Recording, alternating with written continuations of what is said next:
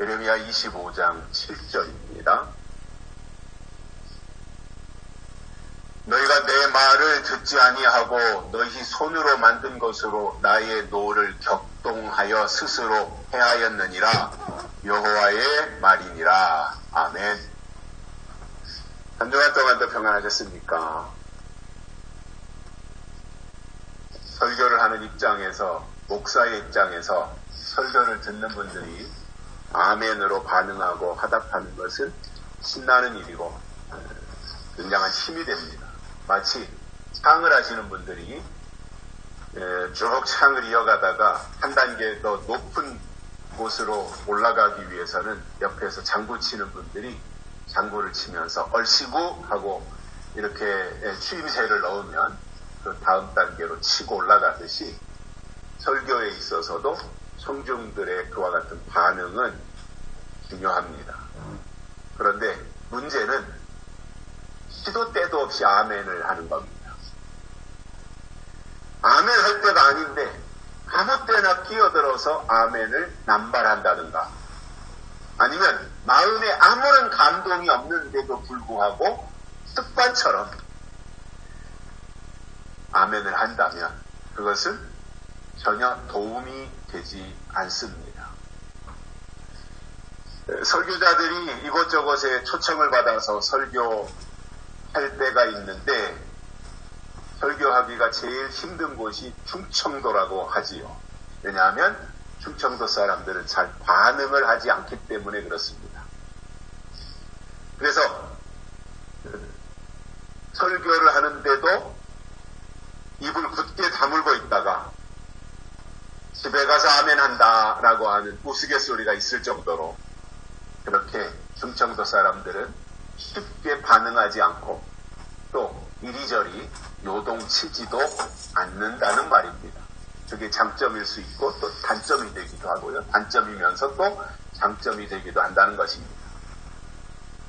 부흥 강사들이 교회를 순회하면서 부흥회를 통해서 성도들을 훈련시킨 것 중에 하나가 아멘입니다. 아멘 훈련을 많이 시켰어요. 그리고 그것을 지나칠 정도로 강조하다 보니까 아멘을 잘하는 것이 마치 믿음이 좋은 사람처럼 왜곡된 것도 있습니다. 당연히 설교에 하나님이 주시는 감동과 은혜가 있고 깨달음이 있어서 아멘 하는 것은 좋은 현상이지만, 그러나 아멘이 곧 믿음은 아니라는 말입니다. 그래서 모든 것이 다 조화롭게 균형을 이루고 적절하게 하는 것이 필요하다라고 하는 말이고요. 너무 남발해도 안 되지만 너무 또 이렇게 반응이 없는 것도 기차에 도움이 되지 않는다라고 하는, 그래서 이렇게 적절하게 중용의 도리를 지키는 것이 참 중요하고 또 어렵기도 한 부분인 것 같습니다. 하나님은 계속해서 유다 백성들에게 약속의 땅에 대한 설명을 하고 계십니다. 또 그 땅에 들어가기 위한 조건을 제시하고 계십니다. 이렇게 해야 된다. 이렇게 하면 안 된다. 이러한 것들을 계속해서 하나님이 선지자들을 보내셔가지고 말씀하고 계세요. 그런데 유다 백성들의 반응을 보면 그다지 달갑지 않았어요. 그리고 하나님의 간곡한 말씀을 귀담아 듣지도 않았습니다. 저도 그렇고 제 주변에 있는 친구들도 그렇고 또 이 자리에 계신 분들도 뭐 다 자식을 키우면서 경험했던 사실일 텐데, 자식을 처음에 낳으면 얼마나 소중하고 애지중지하고, 그러다가 학교 갈 나이가 되면 또 희망을 가지고 그 아이가 학교에서 잘 열심히 공부해서 훌륭한 사람으로 성장하기를 기대하는 마음을 가지고 학교에 보내는데, 사춘기가 지나면서 마음 졸이는 일들이 많이 생기잖아요. 그런데 저도 그렇고 놀랐던 것은 자식들이, 아들들이 친구 말은 잘 듣고 따라가면서 부모가 하는 말에는 마음을 두지 않더라는 거예요. 비중이 없다라는 거예요. 사춘기 때 만난 친구가 얼마나 그의 인생을 걸 만큼 소중하고 평생 동안 같이 갈 만한 가치가 있는지도 아직 점검되지 않은 그러한 상황인데, 그 친구가 하는 말은 소중해서 거기에 치우치고, 그러면서 부모가 하는 말은 외면하고 귀담아 듣지 않는 그러한 경험들을 하셨을 것입니다. 왜 제가 이 말씀을 드리느냐 하면, 예레미야 선지자가 말씀하는 이러한 내용을 저 나름대로도 묵상을 하면서 유다 백성들도 똑같았다는 거예요. 하나님이 말씀하시는 것은 외면하면서 정작 듣지 말아야 할 말에는 비중을 두고, 그리고 그 말을 듣고 가지 말아야 할 길로 다름질쳐 갔다고 하는 이 놀라운 사실입니다. 들어야 할 말은 듣지 않고 듣지 말아야 할 말을 듣고, 가야 할 곳으로는 가지 아니하고 가지 말아야 할 곳으로 가고, 그 결과가 어떻게 되겠습니까? 이런 백성들의 반응 앞에서 아낌없이 모든 것을 다 주신 하나님의 마음이 어땠을 것 같습니까? 오늘은 약속의 땅에 들어갈 수 없는 이유가 무엇인지 세 가지를 깨닫고 은혜를 받겠습니다. 첫째로, 유다 백성들이 하나님의 말씀을 듣지 않았습니다. 듣는 것이 믿음이고 들어야 하나님의 백성인데 듣지 않는다는 것은 하나님께 대하여 반응도 없고 관심도 없었다는 말이에요. 사람은 누군가를 좋아하면 그가 하는 말을 듣고 따르게 되어 있고요. 또 그가 하는 말을 듣는다고 하는 것은 그의 영향을 받는다는 거예요. 마찬가지로 하나님을 좋아하면 하나님의 말씀을 듣게 돼 있고 하나님이 주신 명령들을 따라가며 지키게 되어 있습니다. 그런데 구약시대 유다 백성들을 보면 자기들의 조상이 아브라함인 것을 자랑스럽게 생각했고, 또 역사적으로 그들이 하나님이 불러내신 선민이라고 하는 것에 대해서는 금지가 대단했지만, 그러나 하나님이 주시는 말씀에 대해서는 골라 들으려고 했고, 또 귀로는 들었는데 마음으로는 듣지 않았던 경향이 있었습니다.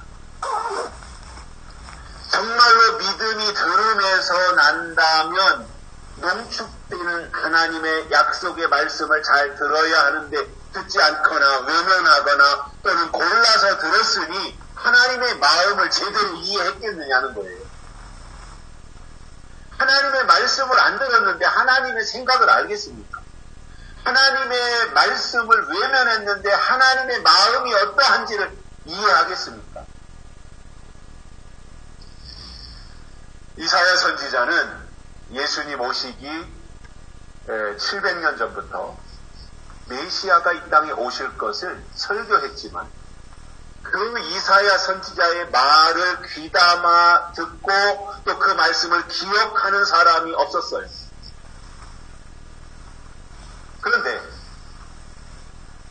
이 믿음이라고 하는 것이 있잖아요. 믿음이라고 할 때 우리가 말씀하는 이 믿음은 교회에 나가서 봉사하고 충성하고 헌신하고 하는 것이 아니라 하나님이 때를 따라 주시는 예언의 말씀을 듣고 그 말씀 그대로 지키며 사는 데서부터 믿음은 출발하는 거예요. 이것이 먼저 갖춰지고 이것이 먼저 구축된 이후에 충성도 하고 봉사도 하고 헌금도 하고 이런 것이 뒷받침이 되는 거지요. 그래서 믿음을 더 돋보이게 하고 믿음을 더 보완해주는 요소가 될 수 있는 거예요.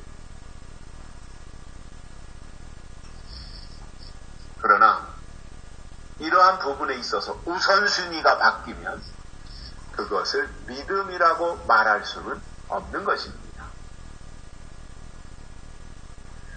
요한계시록 1장 3절에 보면 이 예언의 말씀을 읽는 자와 듣는 자들과 그 가운데 기록한 것을 지키는 자들에게 복이 있나니 때가 가까움이라 이렇게 말씀하셨습니다.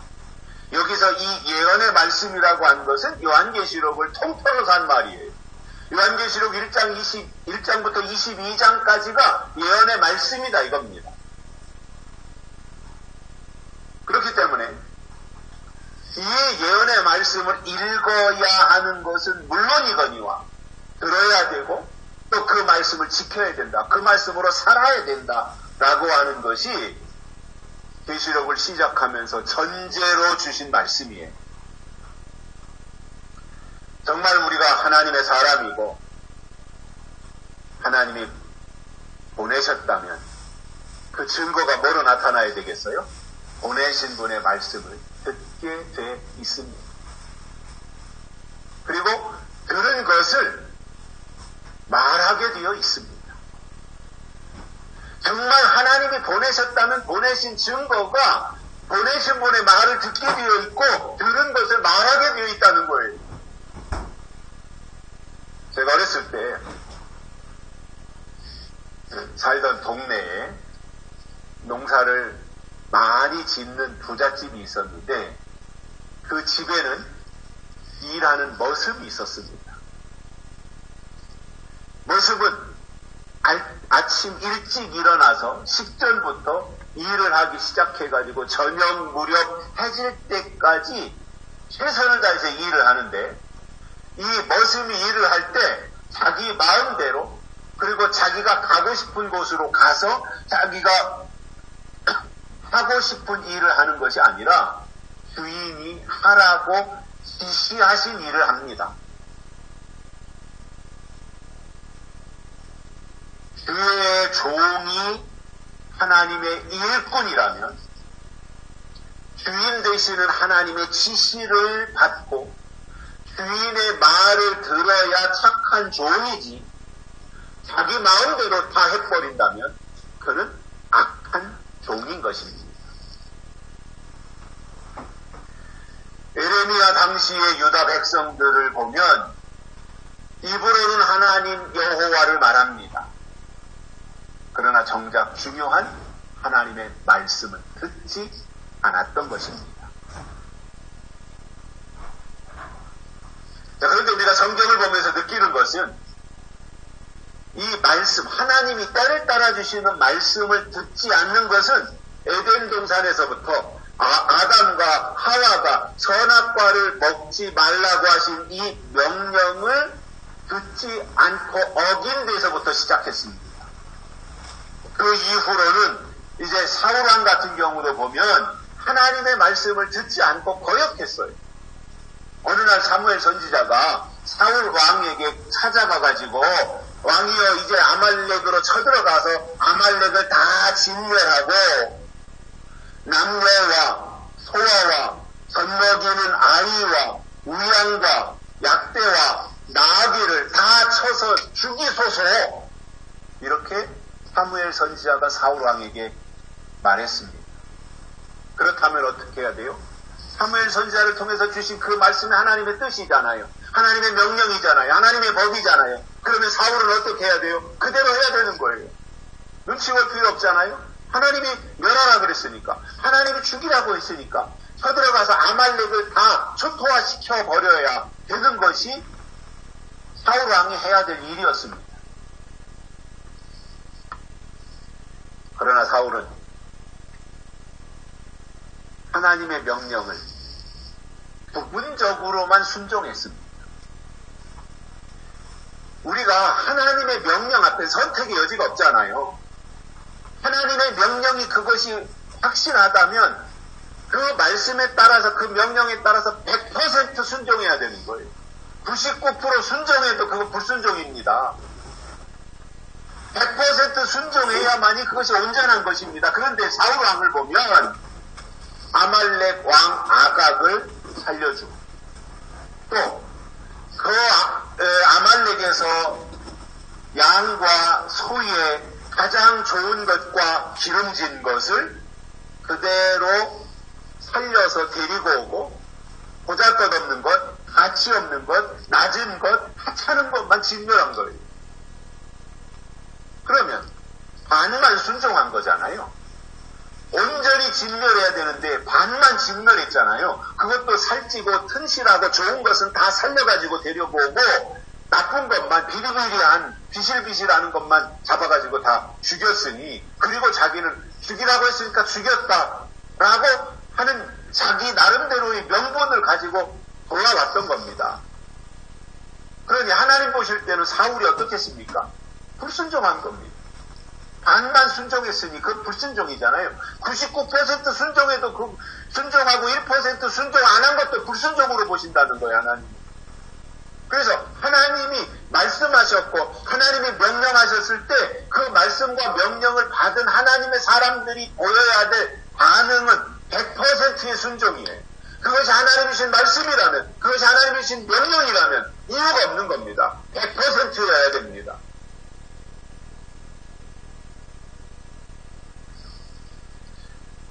이 과정에서 사무엘 선지자가 중요한 진리를 한 가지 말합니다.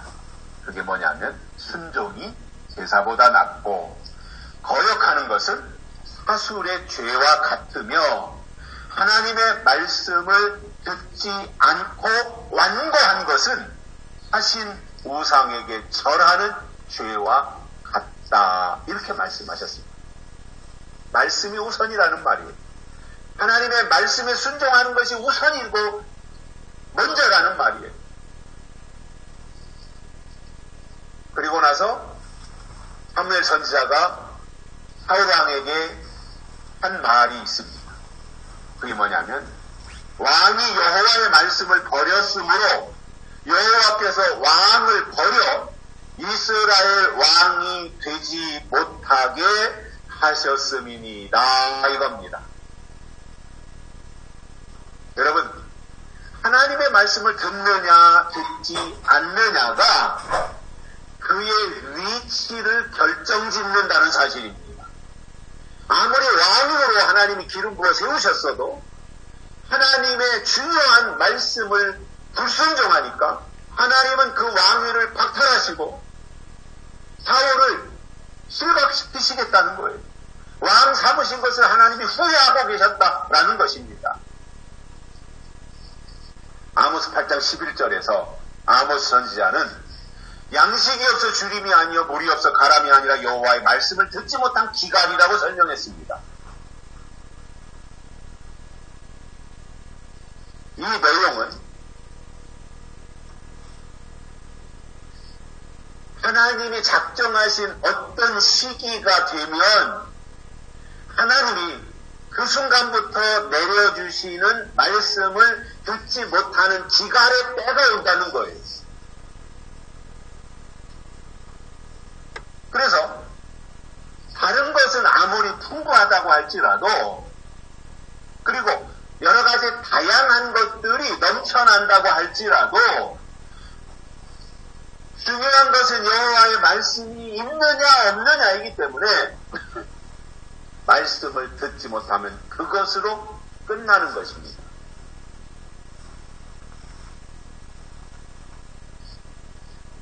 그래서 여호와 하나님이 주시는 약속의 말씀을 더 이상 듣지 못하는 것이 양식이나 물이 없는 것보다 더 큰 고통이라는 말입니다. 그 시대에 주신 하나님의 말씀이 없는 것은 먹을 것이 없는 것보다도 더 커다란 고통이라는 말입니다. 하나님의 백성들에게는. 그러니 하나님의 백성들은 떡으로만 사는 사람들이 아니라 하나님의 입으로 나오는 모든 말씀으로 사는 사람들이어야 됩니다. 성경은 그렇게 말씀하고 있고 우리는 그 말씀대로 다른 세상의 어떤 것보다 떡보다도 물보다도 하나님이 이 시대에 우리에게 내려주시는 약속의 말씀을 더 비중 있게 생각하고 그 방향으로 가야 된다는 말입니다. 그러면 여호와의 말씀을 듣지 못한 기갈이라고 했을 때 여호와의 말씀이라고 하는 것은 진리의 성읍인 예루살렘에서 나오는 말씀이고 마지막 때 하나님이 하실 일을 기록한 요한 계시록에 해당이 되는 거예요. 교회를 통해서 하나님을 믿으며 지금 이 시대를 살아가는 사람들이 여호와의 말씀을 듣기 위해서는 반드시 요한계시록의 예언의 말씀 속으로 깊숙하게 들어가야 됩니다. 그리고 그 속에서 하나님의 약속을 만나야 됩니다. 왜냐하면 계시록은 장차 될 일이고 반드시 속히 될 일이며 마땅히 될 일이기 때문에 그 말씀을 통해서 나오는 여호와의 말씀을 들어야 약속의 땅에 들어갈 수 있기 때문입니다. 그러나 에레미야 때 유다 백성들은 하나님이 위로부터 내려주시는 말씀을 듣지 않았고 그 결과로 약속의 땅에 들어가지 못한다는 거예요. 그러니까 다른 어떤 것보다도 가장 중요한 것이 뭐예요? 하나님이신 약속의 말씀이 있느냐 없느냐, 듣느냐 안 듣느냐, 이걸. 두 번째로는 손으로 만든 우상으로 하나님의 노를 격동했기 때문에 약속의 땅에 들어가지 못한다라는 것입니다. 하나님은 우상을 만들지도 섬기지도 말라고 하셨어요.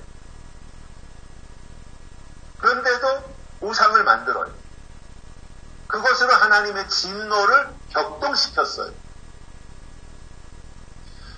출애굽기에도 보면은 모세를 따라서 광야에 나온 히브리 민족들이 모세가 시내산에서 계명을 받기 위해 올라갔을 때 산 아래에 남아있는 모든 출애굽한, 그래서 광야에 나온 히브리 백성들, 히브리 민족들이 한 일이 뭐예요? 금송아지를 만든 것이었어요. 하나님의 종 모세는 시내산으로 계명받으러 올라가서 40일을 금식하면서 하나님을 만나고 하나님이 히브리 민족에게 하나님의 법을, 하나님의 말씀을 내려주시려고 모세를 데리고 시내산으로 올라가셨는데 그 밑에 남아있는 백성들은 고작 한 일이 우상을 만드는 일이었습니다. 이건 비정상입니다. 백성들이 정상이라면 모세가 지금 40일 금식 기도를 하고 있잖아요. 그렇다면 모세가 끝까지 잘 감당하고 하나님의 뜻을 이루어 드릴 수 있도록 백성들이 지파별로라도 나누어서 합심 기도라도 하고 또는 돌아가면서 금식이라도 한 끼씩 하면서 모세가 잘 감당할 수 있도록 기도했어야 됩니다. 그런데 기껏 한 일이 뭐예요? 금송아지 만든 거예요. 그러니 산에 올라가 시내산에서 금식기도 하고 40일 마치고 하나님의 계명판을 양손에 들고 내려와 그 모습을 본 모세가 분노가 생기지 않겠어요? 얼마나 열받았겠어요, 사실. 계시록에서도 거짓 선지자들이 나타나면 금, 은, 동, 목석, 우상을 만들고 거기에다가 생기를 불어넣는다, 이렇게 말씀했어요. 금과 은과 동과 목석으로 우상을 만들어 놓고 그 우상에게다가 짐승이 생기를 불어넣는다, 이겁니다. 그렇기 때문에 우리가 성경을 보면서 생기라고 하는 단어만 보면 안 돼요. 그 생기가 어떤 생기냐는 거예요. 하나님이 넣어주시는 생기냐, 아니면 이 짐승이, 거짓 선지자가 우상에게 불어넣는 생기냐, 이것을 봐야지. 아이고, 이 생기를 불어넣었으니까 이것은 좋은 것 아니야? 그렇지 않다는 겁니다. 누가 주신 생기냐라는 거예요. 창세기에도 보면 하나님이 흙으로 사람을 만들어 놓고 그리고 그 사람의 코에다가 생기를 불어넣으니 생명이 되었다, 이렇게 말씀하고 있어요. 이건 하나님이 주신 생기예요. 그러나 거짓 선지자들이 금은 동 목석의 우상을 만들고 거기에다가 생기를 불어넣었다고 하는 것은 이건 하나님의 생기가 아니라 사단이 준 생기이고, 그것은 하나님의 영이 아니라 악령이며 받아서는 안 되는 거짓 영이라는 말입니다. 그것을 거짓 선지자들이 우상에게 생기를 불어넣어서 우상으로 하여금 악한 영들을 사람들의 생각과 마음속에 주입하는 일을 하고 있다는 겁니다. 그럼에도 이런 것에 대해서는 설명을 제대로 하지 않다 보니 우상하면 사람들의 생각이 어떻게 돼 있어요? 우상하면 금송아지, 아니면 고목나무, 아니면 어떻게 사람의 손으로 만들어 놓은 어떤 형상, 바알신, 이런 것을 생각하지만 계시록에서 말씀하고 있는 진짜 우상, 또는 성경이 말씀하고 있는 진짜 우상은 하나님보다 더 사랑하는 것을 우상이라고 설명하고 있습니다. 그런 관점에서 볼 때 이 시대의 우상은 하나님이 금지하시거나 아니면 철저하게 차단하고 배제시킨 것, 또는 진리이신 하나님보다 더 사랑하는 모든 것, 비록 그것이 특정한 예배당 건물이라고 할지라도 거기에 하나님의 말씀이 없고 짐승이 거기에 생기를 불어넣었다면 그조차도 우상이라는 말입니다.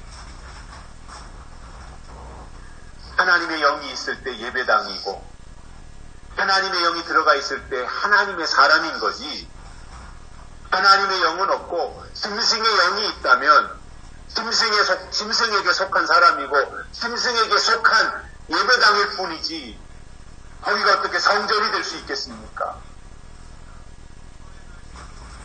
계시록 9장 20절에 보면 보거나 듣거나 다니거나 하지 못하는 금, 은, 동, 목석의 우상에게 절하고 이렇게 되어 있습니다. 계시록 13장 14절에 보시면 칼에 상하였다가 살아난 짐승을 위하여 우상을 만들라 하더라 이렇게 말씀하신 것은 예수님이 이 땅에 재림하실 때가 가까워지면 거짓 선지자가 나타나서 우상을 만들게 하고 우상을 섬기게 하고 우상을 숭배하게 하며 우상에게 절하게 한다는 거예요. 그러니 짐승이 통치하는 예배당 안에 하나님이 계시겠습니까? 하나님의 영이 있겠습니까? 하나님의 영이 없는데 거기에 하나님의 사람들이 존재하겠습니까? 요한계시록 3장에 나오는 4대 교회를 보면 살았다 하는 이름은 가졌으나 실제로는 죽은 자로다 이렇게 평가하셨습니다. 4대 교회를 현미경으로 하나님이 들여다보니 살았다 하는 이름은 가졌는데 실제로는 죽었다라는 거예요. 말로는 살아있는데 실상을 보니까 죽어있는 거예요. 그리고 또 한 가지는 하나님 앞에 행위에 온전한 것을 찾지 못했다 이렇게 책망하셨습니다. 잘못 믿었다 그 말이지요. 하나님의 뜻대로 믿지 않았다는 거지요. 때를 따라주시는 말씀이 그들 속에 자리 잡고 있지 않았다는 거지요.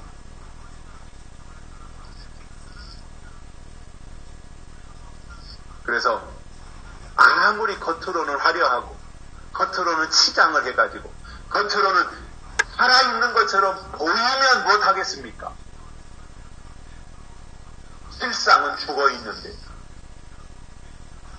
겉모습은 살아있는데 속모습은 죽어있는데요.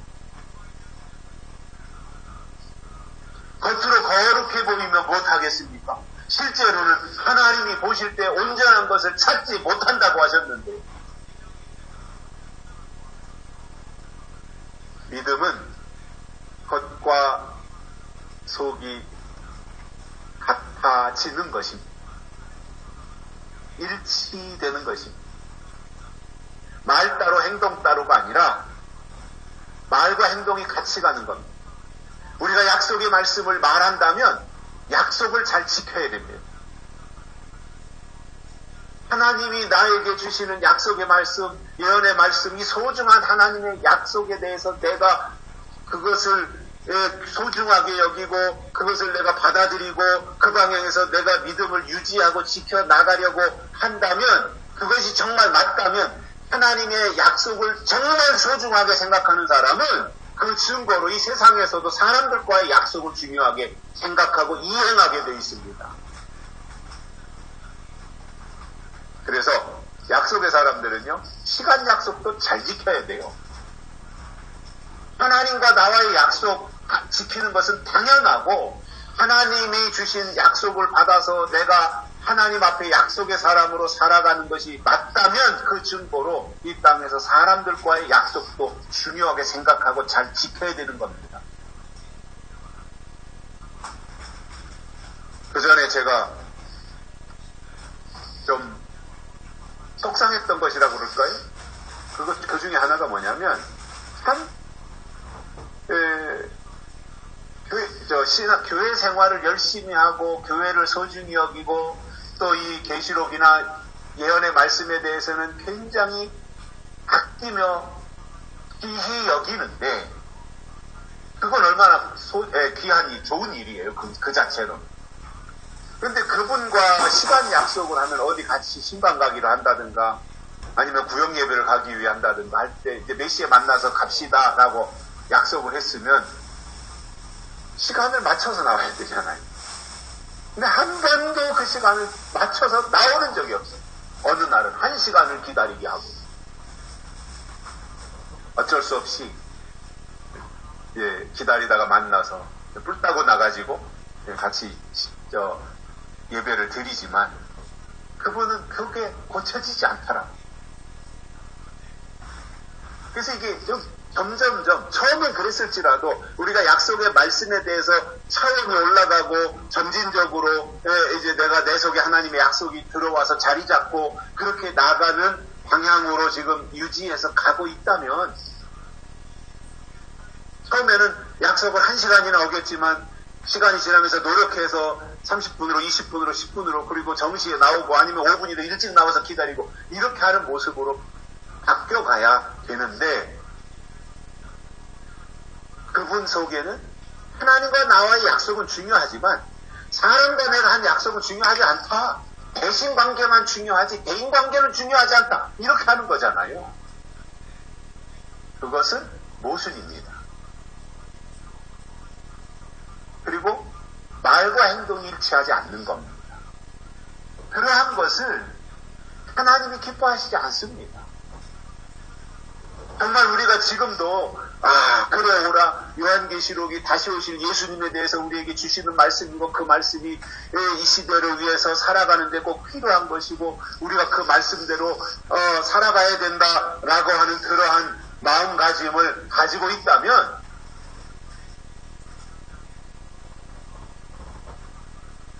믿음 생활도 그렇게 해야 되고, 교회 생활도 그렇게 해야 되고, 또 내가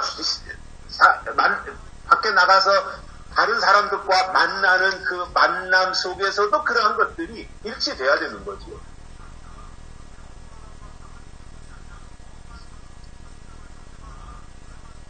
그래서 정말 하나님의 약속이 중요하다면 모든 약속을 다 중요하게 생각해야 되는 것으로 의식이 바뀌어야 된다라는 겁니다.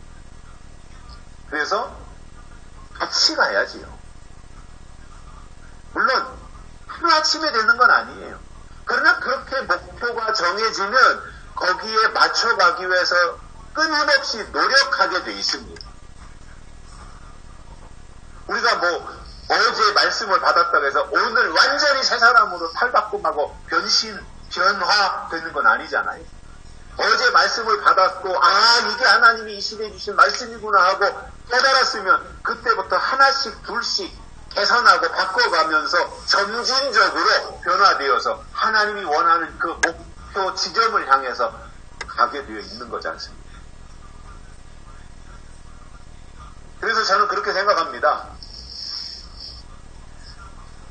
하나님이 주신 예언의 말씀을 약속으로 받은 사람들이 하루아침에 당장 모든 삶이 바뀌어 변화되어 가지고 완전히 새로운 피조물이 돼야 된다. 그거는 논리적으로 그 목표예요. 그건 목표.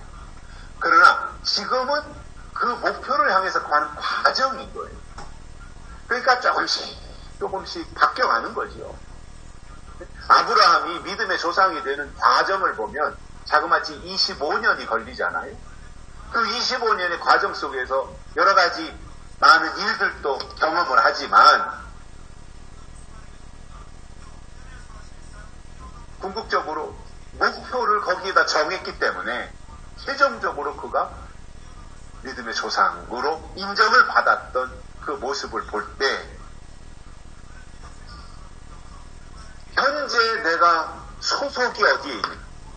그래서 내가 거기다 소속을 두고 그 소속에서 점진적으로 내가 좀 신앙이 어떻게 변화하고 성장하고 발전해가고 있느냐라고 하는 것을 봐야 되는 것이고, 또 하나는 목표는 거기다 정했는데 그 목표를 향해서 내 삶의 현장을 바꾸려고 하는 시도를 전혀 하지 않고 냅둬요 하면서 목표는 목표이고 나는 내가 지금 살아가고 있는 내 삶의 현장은 여기니까 나는 내 방식대로 살겠소이다 이렇게 하는 것은 그것은 불일치 안 된다는 거죠. 그래서 내 생각보다 더 중요한 것은 하나님의 생각이에요. 믿음이 뭐예요? 내 생각을 하나님의 생각에다가 맞추는 거예요. 그리고 하나님의 생각을 받아들여서 내 생각을 하나님의 생각으로 바꾸는 거예요. 그것을 위해서 우리가 말씀을 듣는 것이고 그것을 위해서 우리가 기도하는 거예요. 하루아침이 안 되면 점진적으로 조금씩 야금야금이라도 바뀌어가면서 그 목표에 도달하는 시도를 지금도 오늘도 내일도 꾸준하게 지속적으로 해 나가는 것이 중요한 거예요. 사람들은 회심하면 하루아침에 나 오늘 하나님의 약속을 받았고 거듭났기 때문에 완전히 난 새 사람으로 변화되어져야 된다라고 하는 어떤 강박관념이 있을 수 있고, 사람들도 저 사람 교회 나가더니 새롭게 새 사람이 되었대라고 하는 기대치가 있을 수 있습니다. 그러나 사람이 바뀌는 게 그렇게 쉽게 되는 게 아니잖아요. 하루아침에 되는 게 아니잖아요.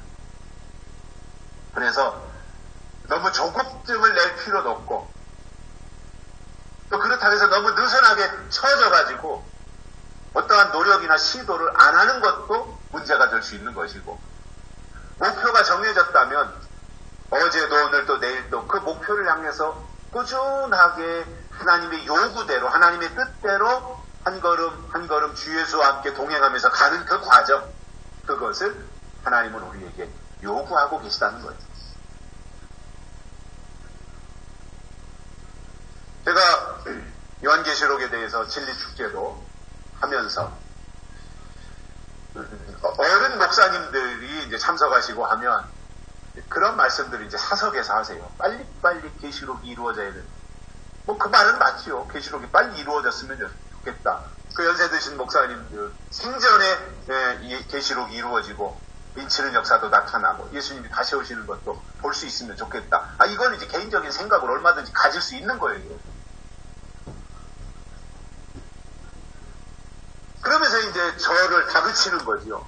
그런 부분들에 대해서 빨리 앞장서서 선포하고 나가야 되지 않느냐. 제가 그분들 좋으라고 제가 정확하게 알지도 못하는 어떤 것에 대해서 설명하면서 그렇게 나간다면 그분들 속은 일시적으로 충족될지 모르지만 그게 하나님의 뜻이 아니라고 할 때 나중에 가서 그것을 어떻게 교정할 수 있겠습니까? 말이라고 하는 것은 한번 내뱉으면 수습하기가 어려운 건데 성경이 말씀하고 있는 하나님의 뜻을 그 액면 그대로 그것을 이 시대에 맞게 이해하고 설명해서 그 말씀을 받아서 내가 그 방향으로 나가는 게 중요한 거지. 언제부터 언제까지 인치입니다. 그러니까 이 인치는 이 영역으로 들어오세요.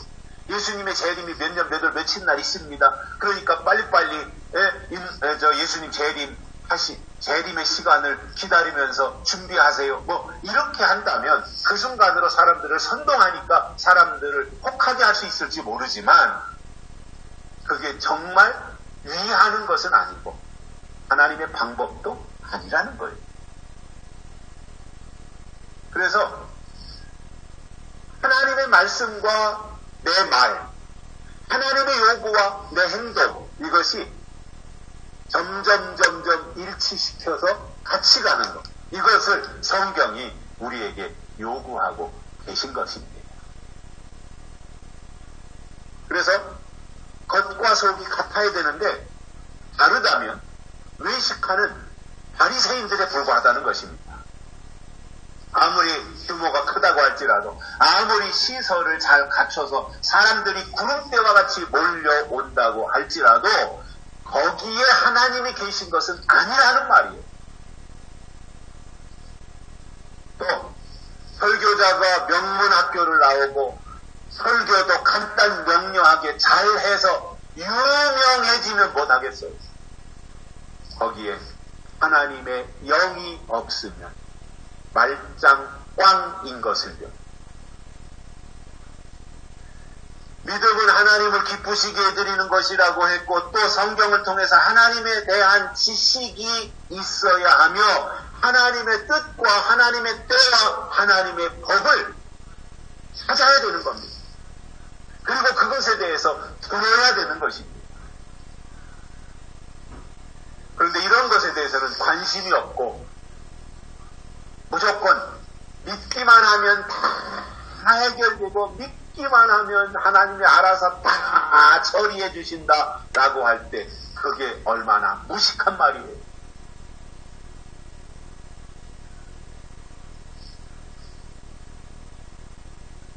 믿음이 뭔지조차 모르니까 그렇게 말하는 거예요. 믿음은 하나님의 약속이 있어야 믿음도 있는 것이잖아요. 약속이 없다면 믿음도 없는 건데 약속이 없으면서 무슨 믿음을 말하는 거예요. 열심히 믿음입니까? 노력이 믿음입니까? 충성이 믿음입니까? 헌금 많이 하는 게 믿음입니까? 믿음이 있어서 그런 거를 하면 좋은 것이지만 그것을 했기 때문에 믿음은 아닌 겁니다. 하나님이 주신 약속의 말씀이 있어야 드디어 그 말씀을 근거로 해서 믿음이 생기는 거예요. 요한계시록에 나오는 우상은 거짓 선지자가 나타나서 세우는 것인데 이 우상이 무엇인지 성경을 통해서 알면 우상을 이길 수 있지만 우상이 뭔지 아무것도 모르면 우상을 절대 이기지 못하고 이기지 못하면 약속의 땅에도 들어갈 수 없습니다. 세 번째로는 스스로 해하였습니다. 자기 자신을 스스로 해한 거예요. 이 말을 이렇게 표현할 수 있습니다. 자기 무덤을 판 것이고요. 자기가 파놓은 함정에 자기가 빠진 격이에요. 스스로를 해한 거예요. 자기 자신을 자기가 해친 거예요. 왜냐? 하나님이 그렇게 말씀하셨을 때 하나님의 말씀을 듣고 따라갔으면 하나님이 그를 이끌고 하나님이 그를 견인해서 하나님의 앞장서서 그를 이끌고 가실 텐데 하나님이 주신 말씀을 거절하고 우상이나 만들고 우상이나 섬기고 있으니 결국은 자기 꾀에 자기가 빠진 것이고 자기를 해하는 자해 행위가 되는 거지 않겠어요? 하나님을 믿는다면 하나님의 뜻과 하나님의 법대로 하면 하나님이 지켜주시지만 그것을 거역하면 스스로 해하는 것인데 이것은 자기 자신을 학대하는 것과 같고 의학적으로 본다면 자기 스스로를 해하는 것을 증오라고 하는데 증오한다고 하는 것은 다른 사람들에게서 어떤 것을 악한 감정이라는 걸 표현하는 거잖아요. 증오하면 그 증오는 자기를 해하는 것이다. 의학적으로는 그렇게 설명하고 있다는 거예요. 그러면 내가 나를 학대한다면 또는 지나칠 정도로 다른 사람들을 증오한다면 결국 그것은 자신을 해치는 행위가 된다는 말이에요. 온전한 정신으로 그게 되겠습니까? 다른 사람들을 학대하는 것이 어느 정도는 나하고 틀리니까 내가 저 사람은 내가 코드가 안 맞고 서로가 감정적인 어떠한 이완이 되어 있어가지고 서로가 소통이 안 되니까 라고 해서 이렇게 좀 따돌린다든가 이런 거는 할 수 있겠지만 지속적으로 그를 학대한다면 그것은 아무나 할 수 있는 일이 아니잖아요.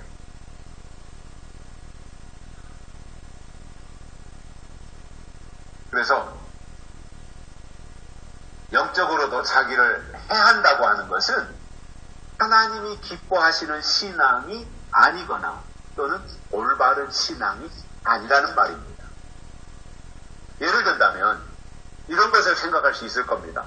어떤 설교자가 설교를 하는데 때에 맞지 않을 철진한 설교를 주구장창한다 할 때 그냥 어쩌다 한번 하는 것이 아니라 입만 열면 그런 철진한 설교, 때가 다 지나간 옛날 동화와 같은 그러한 얘기 이것만 지속적으로 하고 있다고 할 때 또 하나님이 기뻐하시는 방향이 아닌 엉뚱한 방향으로 가는 것을 보면 어떻게 해야 되겠습니까? 그것을 지적이라도 해서 올바른 방향으로 가도록 조정해줘야 되지 않겠습니까? 그 역할은 누군가 해줘야 되잖아요. 설교자가 어련히 알아서 이 성경을 토대로 해가지고 이 성경에서 하나님의 뜻을 발견하고 성경을 통해서 하나님의 인도함을 따라서 정상적으로 가고 있고 그러면서 이것이 하나님의 뜻이고 이것이 하나님의 약속이며 이것이 이 시대에 주신 하나님의 말씀이라고 증거해서 그 말씀을 듣는 사람들로 하여금 같은 방향으로 가도록 이끌고 있다면 그것은 상관없는 거지요. 그런데 나는 지금 그 교회에 속해서 설교를 들으면서 신앙생활하고 있는 입장에서 설교자가 입만 열면 옛날 얘기나 하고 무슨 간증이나 하고 헌금 하라는 얘기나 하고 그리고 복받으라는 얘기나 하고 있다고 할 때 내 입장에서는 아이고 지금 예수님이 재림하실 때가 가까이 임박하고 있고 그렇다면 우리가 영적으로 준비해야 되고 슬기로운 다섯 처녀들처럼 이 신랑을 맞이할 준비를 우리가 하면서 세마포든 아니면 그릇에 기름이든 이런 것들을 준비할 때인데 내가 성경을 보면서는 그런 깨달음이 오는데 앞에서 설교하는 설교자는 맨날 복받으라는 얘기나 하고 땅에 속한 얘기나 하고 있다고 할 때 얼마나 영적으로 안 맞으니까 안타깝고 속상하고 갈급하고 이러지 않겠습니까? 그렇다고 할 때 어떻게 해야 되겠냐는 거예요. 대부분의 사람들은 그럴 겁니다. 에이, 내가 잘못된 거겠지. 아니, 목사님은 주의 종인데 어련히 알아서 잘하실까? 내가 잘못된 거겠지. 이렇게 생각할 수 있어요. 근데 그게 뭐라는 거예요? 스스로를 해하는 것이고 같이 망하는 것이다. 그 말인 겁니다.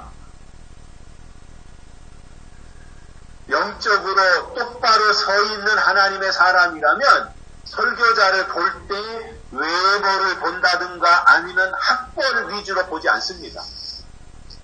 영적인 사람은 그게 중요하지 않기 때문에 그리고 이 영적인 사람은 설교를 들을 때에도 그 설교자가 하나님 앞에 지금 올바른지 때에 맞게 하나님의 뜻을 설교에 담아가지고 전달하고 있는지 이런 것을 먼저 중요하게 보는 사람이에요.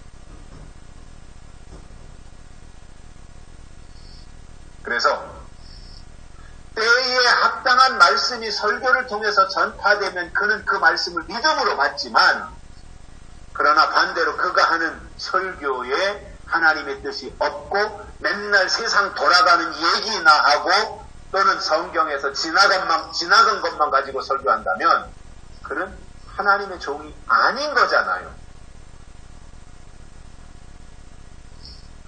그래서 신앙생활하는 내 입장에서 볼 때 설교자에 대해서 이러한 것들이 깨달아지면 그는 그 설교를 하고 있는 있는 설교자를 향해 올바르게 하나님의 뜻을 설교하도록 지혜롭게 접근해서 지적한다든가 아니면 권면을 해 주어야 같이 살 수 있는 거예요.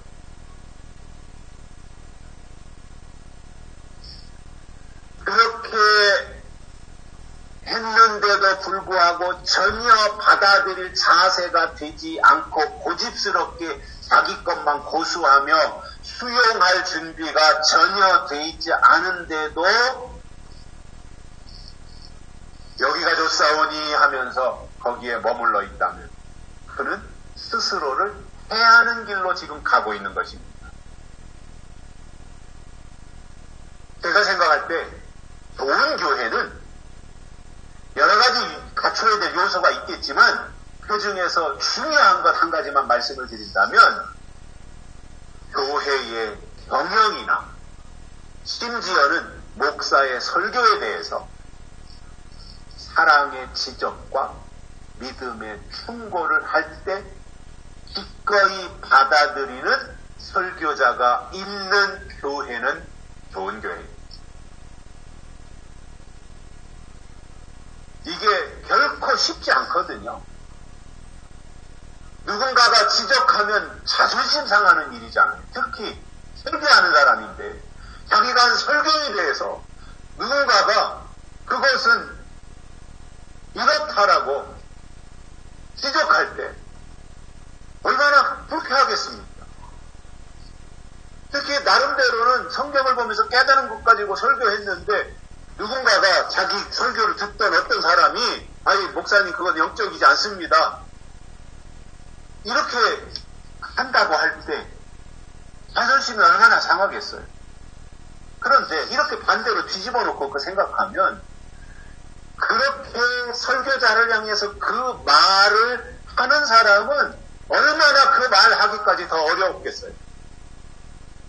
수십 번 생각하고 또 기도하고 그리고 나서 사랑의 마음을 가지고 그의 영혼을 사랑하는 마음을 가지고 그 설교자가 이제라도 하나님 앞에 똑바로 서서 때에 맞는 설교를 하나님 앞에 하기를 바라는 마음으로 당신도 유익하고 나도 유익하게 하기 위해서 말하고 지적하는 거잖아요.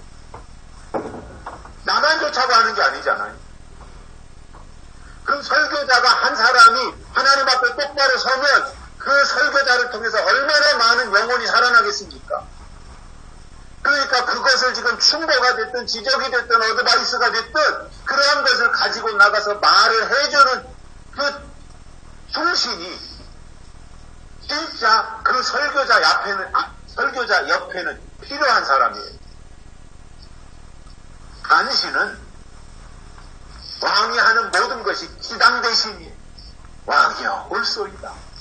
왕이 하시는 것은 다 100점입니다. 만점입니다.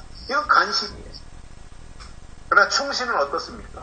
내 목숨 내놓고 왕이 가고 있는 길이 잘못된 길이고 그 결정이 잘못된 결정이고 백성을 위한 것이 아니고 그 방향으로 가면 안 되고 이 방향으로 가야 됩니다. 간곡하게 자기 목숨 내놓고 왕을 위해서 왕을 살리기 위해서 그 왕이 정상적인 제대로 된 통치를 하도록 하기 위해서 옆에서 충원을 하는 것이 충신입니다.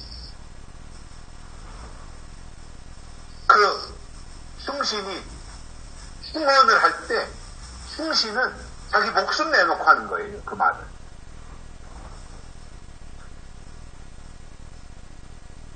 그래서 현명한 왕은 주변에 충신이 있어서 충신들이 직언할 때 그 말을 귀담아 듣고 나가지만 악한 왕들은 충신을 배제시키고 간신들의 말을 들어서 나라를 엉망으로 만들어 놓는 왕인 겁니다. 누구 말을 듣느냐예요. 왕의 위치에서. 충신의 말을 귀담아 들을 것이냐 간신의 말을 들을 것이냐. 왜냐? 왕 옆에는 어차피 충신도 있고 간신도 있는 거예요. 그러면 설교자가 설교를 하고 교회를 경영하면서 목회를 할 때 무조건 아멘이나 하고 무조건 박수나 치고 방해를 하든 공동회의를 하든 그 교회에서 목사님이 하시는 모든 말씀은 하나님의 말씀입니다. 그렇게 된다면 얼마나 좋겠습니까? 목회자가 똑바로 하나님 앞에 서서 그렇게만 할 수 있다면 얼마나 좋겠습니까? 그런데 그렇지 못할 경우가 발생했을 때 그것을 묵인하고 갈 것이 아니라 누군가가 그것은 아닙니다. 이렇게 해야 됩니다. 라고 말하는 사람이 그 설교자한테는 진짜 충신인 거예요. 그런데 대개가 그런 말하는 사람을 배척합니다. 기분 나쁘다고 생각하는 거지요. 그래서 내가 우선 살기 위해서는 그런 말을 할 필요가 있는 것이고요. 그 말을 할 때 내가 미운 감정을 가지고 하는 것이 아니라 사랑의 마음과 존경을 담아서 정말 그 설교자를 위해서 지적하는 것이라면 그것은 진정한 용기입니다. 믿음이고요. 그렇게 할 때 나도 살고 설교자도 살아요. 내가 무슨 내 욕심 챙기자고 나 혼자 좋자고 나 잘 되자고 그 말 하겠습니까? 그 어려운 말을 설교자한테. 그러나 정말 기도할 때 그런 마음이 나에게 와서 설교자에게 그런 것을 어떤 계기를 만들어 가지고 할 때 그 말을 받아들여서 목회자가 설교자가 그것을 자기를 교정하면 얼마나 많은 사람들에게 영향을 끼치는 거예요. 그 목적으로 하는 거잖아요. 설교자에게 기대하는 게 뭐겠어요? 하나님 앞에 똑바로 서서 더 많은 영혼을 살리기를 원하는 것이 대부분의 사람들의 마음이지 않겠습니까? 설교자가 하나님 앞에 똑바로 서기를 바라는 마음이지 않겠습니까? 성도들 입장에서 볼 때 내가 소속되어 있는, 내가 섬기는 교회 설교자가 맨날 골프나 치러 다니고 맨날 맛집으로 사람들 불러서 맛있는 것이나 먹으러 다니고 그리고 설교할 때는 성경의 가치나 하나님의 뜻이나 하나님의 때에 대해서는 한마디도 말하지 않고 기복신앙을 토대로 해서 복받으라는 한 말만 한다고 할 때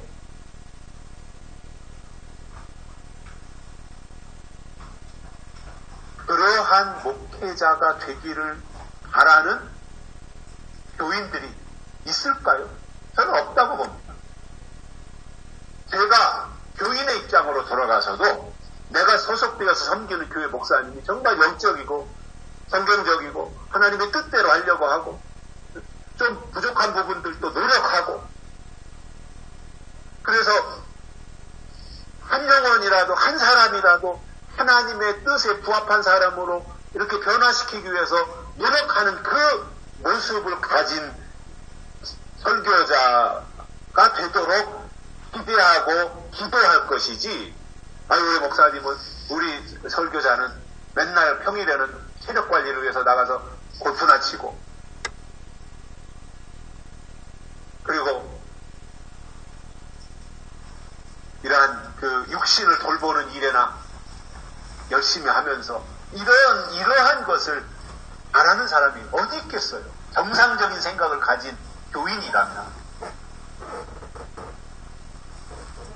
다른 것 물론 시간적인 여유가 있어서 체력 관리도 하고 다 책도 보고 신문도 보고 다 골고루 해야 되는 것은 맞지만 제일 중요한 것은 영적으로 하나님 앞에 서 있느냐 그 입에서 나오는 말이 하나님의 말씀이냐 이게 제일 중요한 거잖아요. 설교자가 대우받고 설교자가 존경받는 이유는 그것 때문이잖아요. 그거 잘나서 대우받는 게 아니잖아요. 그거 학벌이 뛰어나서 존경받는 게 아니잖아요. 그가 이 시대에 하나님의 종으로서 세워서 그 입을 하나님이 쓰시기 때문에 교인들이 그를 하나님의 종으로 받드는 거잖아요. 그렇다면 그 설교자의 자세가 어떠해야 되겠어? 내가 잘났으니까 교인들이 나를 이렇게 떠받드는구나. 이것이 아니라, 아이고, 나는 부족한데 이렇게 아끼고 사랑해 주니까 내가 더 하나님 앞에서 똑바로 서야 되겠구나. 골프 일주일에 5번 칠 거 한 번만 쳐야 되겠구나. 뭐 이런 생각을 가지고 자기 자신을 이렇게 추스릴 수 있다면 그는 가능성 있는 사람이지 않겠습니까? 그렇게 가야 된다는 거지요. 그런 충원을 해줄 수 있는 사람도 그 교회 안에 있어야 되고, 그가 그런 말을 했을 때 그 말을 받아들일 수 있는 목회자 자신이 돼야 그 교회가 건강한 교회, 그리고 올바른 좋은 교회로 변화되어 갈 수가 있는 것입니다. 근데 그렇게 했는데도 불구하고 그 설교자가 도무지 받아들일 자세가 전혀 되어 있지 않고 여전히 어저께나 오늘이나 내일이나 영원토록 똑같다면, 그때는 내가 할 도리를 다 했으니까 더 이상 가능성이 없다면 죽은 교회인데 거기에 왜 있어요? 떠나는 거지요. 그러나 할 도리를 하고 떠나야 나중에도 후회가 없는 것이지, 되도록이면 거기에 머물러 있어서 함께 가야 되는 것은 맞지만 도저히 영적으로 같이 갈 수 없다고 할 때는 사랑의 마음을 담아 충언을 하고 받아들이지 않을 때는 어떠한 결정을 한다고 할 때 아쉬움이나 후회가 남지 않을 거잖아요.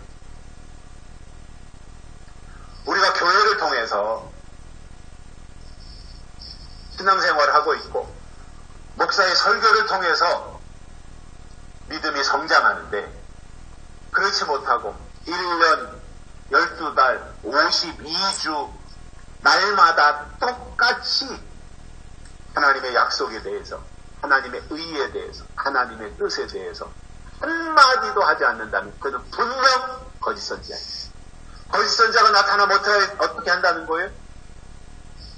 생기, 우상의 짐승의 생기를, 짐승에게 거짓 선지자가 생기를 불어넣는다는 거예요. 죽이는 일을 하는 거지요. 그래서